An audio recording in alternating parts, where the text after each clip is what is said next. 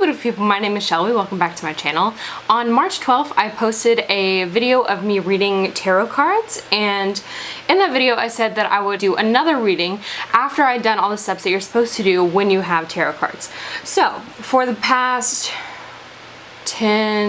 almost 2 weeks, for the past 2 weeks, I have been keeping my tarot cards in this scarf here, and every day I take them out and I shuffle them.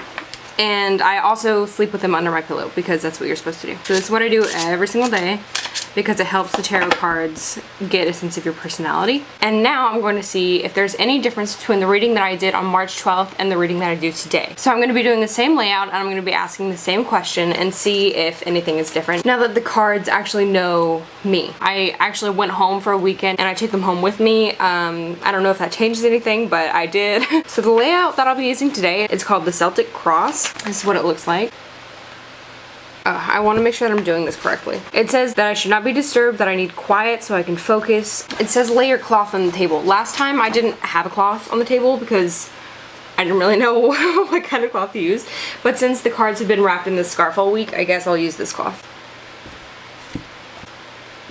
Again, I'm not a professional. I barely know what I'm doing at all. So if I offend you or I'm doing something wrong, just please politely tell me in the comments. I'm not trying to offend anyone and I'm not trying to be disrespectful to people who use tarot on a daily basis, and I'm actually trying to learn. Okay, it says that you should only ask your question once, which I'm gonna do this time. Last time I asked it a few times, but this time I'll just ask it once. And you're supposed to ask your question as you're shuffling the cards. What does my future hold? Now you're supposed to separate your deck into 3 piles and just let the cards part where they want to. 1, 2, 3. Now you're supposed to pick up the piles from 1 to 3. So pick up the ones that you dropped first as you're collecting them again. It says that you're supposed to lay them down calmly. So that's what I'm going to do. 1, 2, 5, 9, 13, 14. I see a lot of pentacles. There's 1, 2, 4. There are 5 pentacle cards on the board. I'm setting the rest of the cards over here. Number 1 is the King of Wands. These men are often found as entrepreneurs because they are always full of creative ideas and enthusiasm for their projects.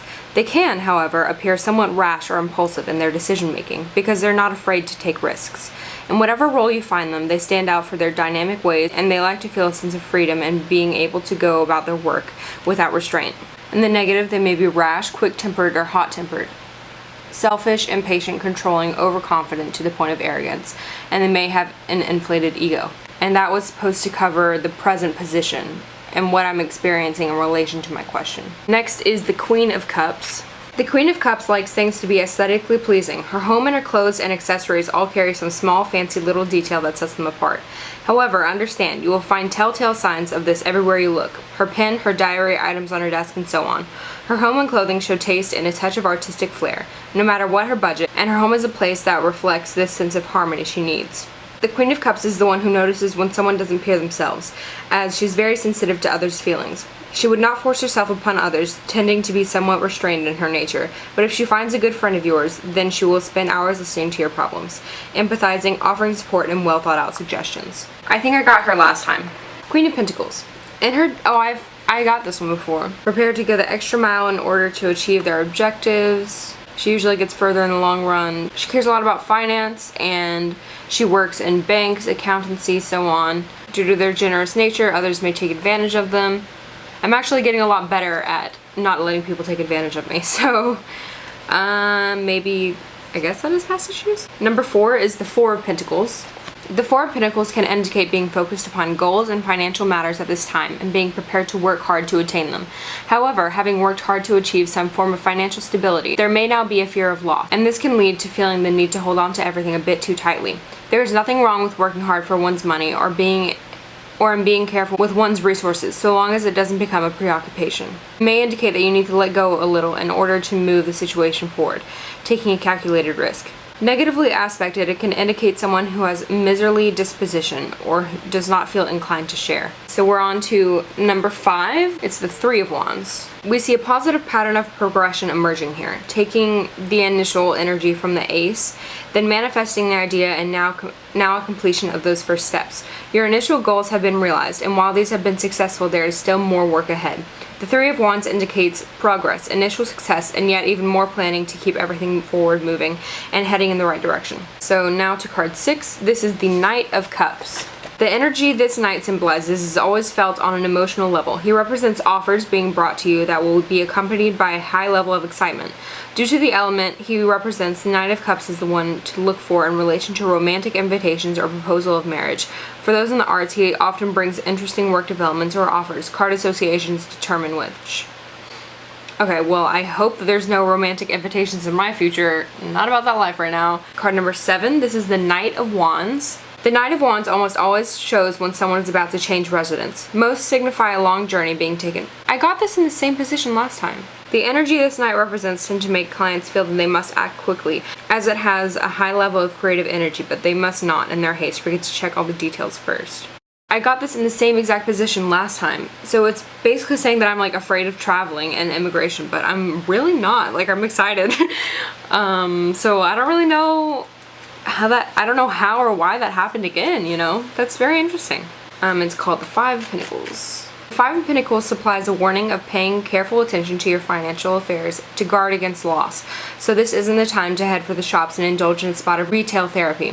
Temporary hardships are indicated and may be felt on financial or even emotional level, yet help is at hand if you look more closely. Money or resources could be lacking, so take time to carefully review financial affairs, ensure everything is in order, and reorganize the budget accordingly. This would not be a good time to enter into new financial commitments or agreements. Let caution be your watchword here. That said, be careful not to miss any valid opportunities that could improve your situation at this time. Card number 9, Page of Wands. Good news coming in, usually swiftly, may be work-related, can be classed as letters, telephone calls, or word of mouth. Position number 10, the Page of Cups. Happy news of an emotional nature generally, can be news about love, engagement, marriage, or birth. Why? Why does it say I'm gonna be in a relationship? Please stop. I don't want this. Maybe it means birth of money or something. So cards 11 through 13 are the ones that just do like a summary of what went down here. It's not meant to distract from the main reading. The purpose of the fan, which is this, is only to clarify the cards that are already present. If you find it confusing, you can just leave it out. So these cards really aren't that important, but they're just meant for like clarification of what we just read in these cards. First card is number 11. It's called the Seven of Pentacles. The Seven of Pentacles shows that hard work and patience will be rewarded and that working methodically toward accomplishment will bring success. You should receive good news concerning your financial position at this time, and all forms of financial applications or sale negotiations are well aspected. Although this is a good card, it is important to still plan for the future. Once the harvest has been collected, it must be replenished for next time. Number 12 is this one. It's the Queen of Wands. If this woman were a full-time mother, you would still find her volunteering at the school fair, ferrying other children to and from school and running other errands in between. She has endless energy and thrives on being busy. At work, her desk would look like merry chaos, but she can find everything. She's the one flying around with the clipboard, energetic, organizing everyone else, full of ideas, cheerfully encouraging others into action. She can be quite ambitious and certainly has the energy and drive to ensure that she succeeds, but she's always too busy, packing everything into her 24 hours. In the negative, this queen may be hot-tempered, disorganized, controlling, or smothering. She can be vengeful, though not in an upfront manner. There may be tendency to cattiness. 13 is the King of Cups. The King of Cups is frequently found in the helping profession. Medical care, consultancy, the church, teaching, or government agencies that deal with social work. Oh, I've gotten this before. They're not generally ambitious, although that doesn't mean that in the right setting they won't achieve high positions. But it is not ambition alone that drives them, more likely their cause. They are often found in the arts and also in fashion design, hairstylists, and so forth, because they are more easily at home with the feminine aspect of the water element, emotions, and creativity than the other elements. They may lack drive or backbone. They dislike conflict to the point of denial. They exasperate others by complete withdrawal, be manipulative by withholding, or be sulky, childish, or passive aggressive. 14, this is the Page of Pentacles. You should receive some good news that will bring welcome changes into your life. This may have a financial or academic connection. Something that I wanted to point out that I found really interesting is that none of these cards are found in the major arcana. I don't know, I just wanted to point that out. I found it interesting. So, what we've learned is that there might be relationships and birth in my future, which I'm hoping is incorrect. Financial situation is good, but I know I need to still keep working on it just in case. I need to accept any offers that I get in the future, whether it be financially, in the arts, with my jobs, anything like that. I think that's pretty much it. If I'm forgetting anything, well, obviously I just read to you all my cards, so you'll know if I'm missing anything. I don't know. I feel like it's pretty much the same as it was whenever I did the reading without shuffling my cards every day or sleeping with it under my pillow and all of that. If anything, I found the cards that were talking about like the past or about me, I found them to be a little more inaccurate than the ones before.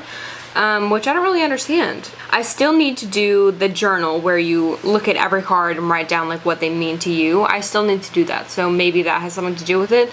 But I know a lot of people who read tarot who have not done that step before, and I was told that it's not really an important aspect of tarot cards, but I will do that eventually. I'm just very busy at the moment. I think I'm gonna start trying to do the daily readings, but like this is called the Cross of Truth. It's like something that you can do every day. I might start trying to do those, and then maybe do another reading after the cards have like read me a few times.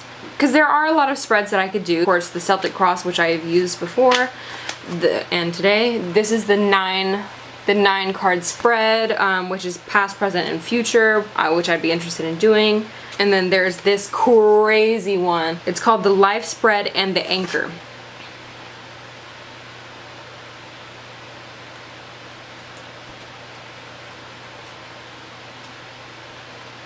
But yeah, sorry, I'm reading. Anyway, if you're interested in this at all, just leave me a comment, tell me what you would like to see. If you would never like me to do this on my channel again, then I won't, but I will probably still continue to do them in my personal life. Thank you so much for watching. I hope you enjoyed this video. If you did, be sure to give it a thumbs up. Don't forget to subscribe and follow me on all my social media. But that's all for today, so I hope you have a wonderful night. Bye!